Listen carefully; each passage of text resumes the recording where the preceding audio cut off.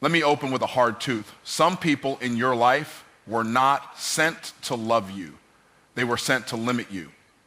Real care shows up in actions, not excuses. Let me say that again.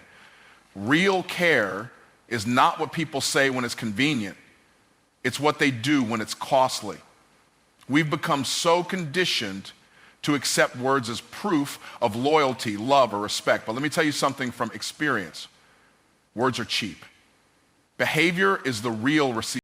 When someone truly cares about you, they don't need to be reminded to check in.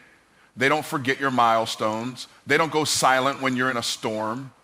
You don't have to chase them for support or beg them to listen. Why? Because care is active. Care is intentional. Care pays attention. I remember when I was at one of the lowest points in my life, broke, uncertain, and questioning everything. A lot of people disappeared. Some stayed close, but they got real quiet. And a few, they kept saying, you know, I got you. But their actions said otherwise. No phone calls, no follow-ups, no support, just silence, dressed in nice phrases. But then there were a couple people, very few, who didn't just talk about love, they showed it. They showed up when I had nothing to offer. They gave when I couldn't give back. They believed in me when I barely believed in myself. And those are the people I remember, not for what they said, but for what they did. See, care doesn't require a script. It doesn't rehearse a performance. It moves when you're in need. And if someone always has an excuse for why they weren't there, why they couldn't show up, why they couldn't follow through, listen closely, they don't care as much as they claim to. You can't confuse presence with participation. Just because someone is physically around doesn't mean they're emotionally invested. You can be surrounded by people and still be unsupported. You can be loved in words and still feel abandoned in action. That's why discernment is so important. Don't let loyalty to their language blind you to the truth in their behavior. Because at the end of the day, you can't build a future with people who only show up when it's easy. You can't walk in purpose with folks who disappear in pressure. Real care will confront you when you're off course. It will lift you when you fall. It will cheer for you when you win and cover you when you're weak. Anything less is not care, it's convenience. And you were never called to be someone's convenient option. You were called to walk with covenant connections. People who don't just talk, they carry weight with you. They help build, they help fight, they stay through the process. That's real care. Everything else, empty noise, toxic behavior, doesn't always come loud and obvious. Sometimes it comes dressed like support. Sometimes it speaks in soft tones, smiling while it slowly chips away at your confidence, your vision, and your peace. And the danger is that if you're not discerning, you'll confuse manipulation for love and sabotage for care. That's why we need to expose the first four toxic behaviors, because they don't just drain your energy, they disqualify people from access to your destiny. The first sign is when they downplay your vision. You share your dream with them, something God placed on your heart, and instead of excitement or encouragement, you get indifference, a shrug, a dismissive, that's cool. You feel the room shift. They look at you like you've said something crazy, too big, too bold, but let me tell you something. When people can't, that's corrosion. You can't keep pouring your purpose into people who only know how to poke holes in it. Next is the leech, the person who's only present when they need something. They've always got a request, always in your inbox when it benefits them. But the moment life hits you, gone. No call, no prayer, just silence. Listen, people who only show up when they're hungry but disappear when you're hurting don't care. They consume, you just happen to be convenient. That's not a relationship. That's a one-sided transaction. Then there's the one who laughs at your growth. You decide to level up. You're reading more, you're fasting, you're investing in your mindset, and suddenly they start joking. You think you're better than us now, you act indifferent. Yes, I am different. I'm growing. I'm shedding who I was to become who I'm called to be. Growth exposes people who were comfortable with your dysfunction. And when someone mocks your progress, it's because your elevation is convicting their stagnation. They don't want to lose you, not because they love you, but because your growth confronts their comfort. And don't miss this last one. They compete with you instead of covering you. Real love isn't intimidated by your success. It celebrates it. But some people treat your breakthrough like a threat. You share a win, and suddenly they're quiet. Or worse, they try to outdo you, one-up you, shift the spotlight. Listen, competition has no place in covenant. If someone's always trying to measure themselves against you, they're not walking with you, they're racing you. And in God's kingdom, we don't race, we run our own lane. Real connections don't compete, they cover. They stand in prayer for you. They speak life over you. They push you forward, not hold you back. These first 4 behaviors might not scream toxicity, but they are quiet killers of purpose. And if you let them linger in your life unchecked, they'll start shaping your self-worth, shifting your focus, and slowing your progress. You've got to recognize them, confront them, and if necessary, release them. Because your next level can't afford this kind of dead weight. There's a different kind of toxic behavior that doesn't come from what they do directly, but from how they twist what you feel. It's not loud, it's not always obvious, but it's just as dangerous because it attacks your confidence, your clarity, and your core identity. It's manipulation disguised as concern. It's control wrapped in kindness. And if you don't know what to look for, you'll start believing the lie that you're the problem. One of the most damaging signs someone doesn't really care is when they gaslight your emotions. You express something that hurt you, something they said, something they did, and instead of owning it, they flip it back on you. You're being too sensitive. That's not what I meant. You're overreacting. Why are you always so emotional? Over time, you stop trusting your own voice. You start questioning your instincts. You shrink to keep peace. You become quiet just to avoid confrontation. But let me tell you something. Real care doesn't silence your soul. It listens. It leans in. It values your experience. When someone invalidates your feelings, they're not protecting you, they're protecting themselves from accountability. And it doesn't stop there. Another sign is when they sabotage your confidence, subtly, strategically. You start walking in boldness, stepping out in faith, doing things you were once afraid to do, and instead of celebrating, they caution. Not out of wisdom, but out of fear. Are you sure you're ready for that? Don't forget where you came from. I just don't want you to get your hopes up. It sounds caring. It sounds concerned. But underneath, it's a seed of doubt, a pull to bring you back to a level they're comfortable with. Because when people are intimidated by your growth, they'll disguise their insecurity as advice. And if you believe it, you'll slow down. You'll second guess.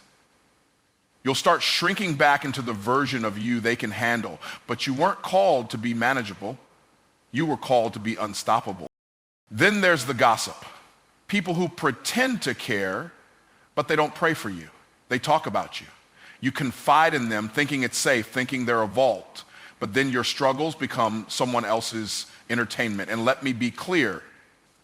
If they're comfortable exposing your name in rooms you didn't step into, they don't care about you. They care about the clout that comes from knowing your business. Real care doesn't broadcast your battles. It covers you in prayer.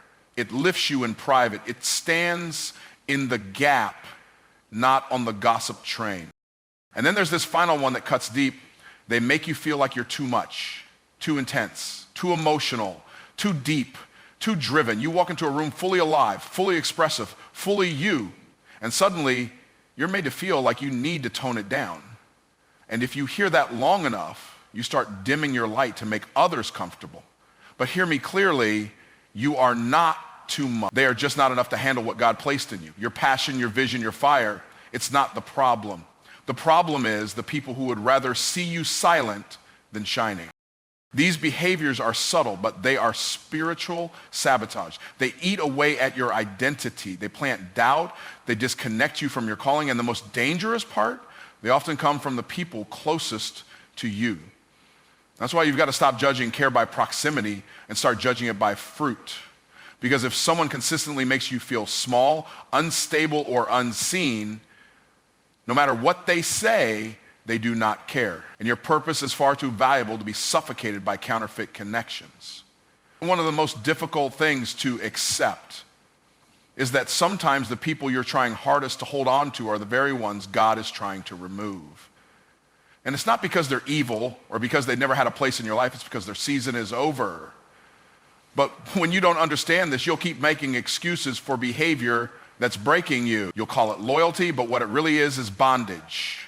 Emotional, spiritual, and mental bondage to people who no longer align with your destiny. There comes a point where you have to realize that elevation requires separation. You cannot carry everyone with you into the next level. Some people were assigned to your history, not your future. And when you try to force them into your future, everything starts to feel heavy.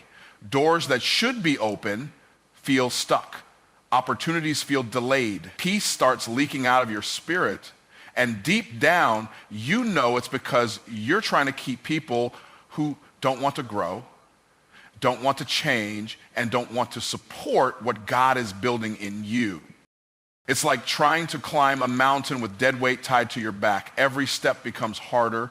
Every breath becomes shorter, and you convince yourself that you're just being faithful, but what you're actually doing is slowing yourself down. Because the truth is, not everyone has the capacity to climb where God is taking you.